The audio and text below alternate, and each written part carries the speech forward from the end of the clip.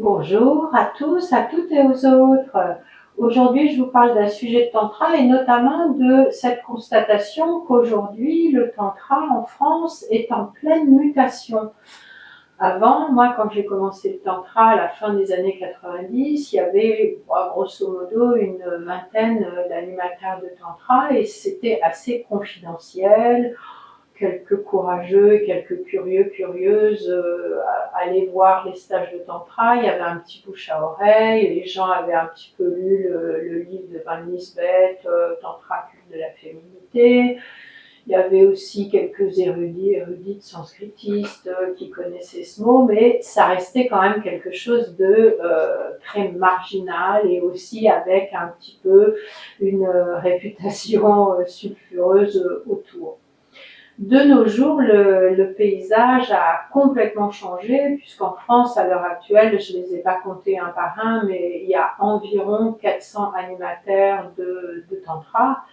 Et on propose des choses très variées. Outre le stage de tantra, il y a aussi tantra et chamanisme, tantra et constellation familiale, tantra et BDSM, massage tantrique, aquatantra, tantra homme, tantra femme, tantra couple, et en plus tout ce qui tourne autour de la Kundalini, Kundalini Yoga, KAP, bref, l'offre est protéiforme.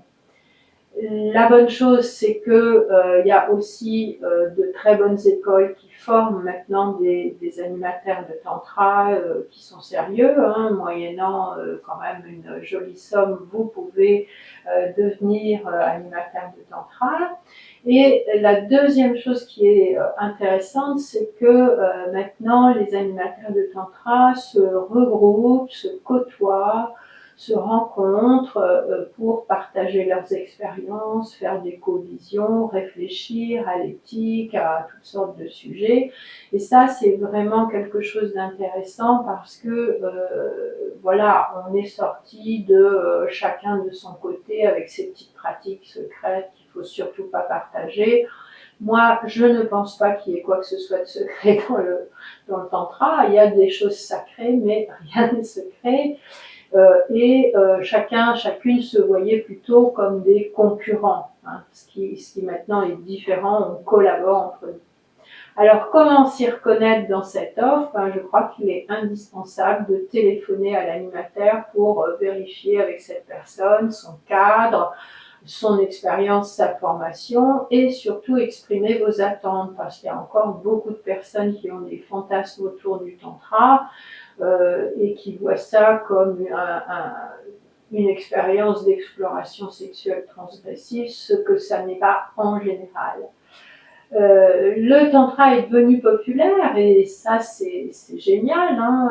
Maintenant, ce qu'il faut voir, c'est est-ce que en se vulgarisant, si je puis dire, est-ce que le tantra va garder son lien avec le socle théorique dont il est originaire, ou est-ce que comme pour le yoga, il va s'exprimer sous toute forme de propositions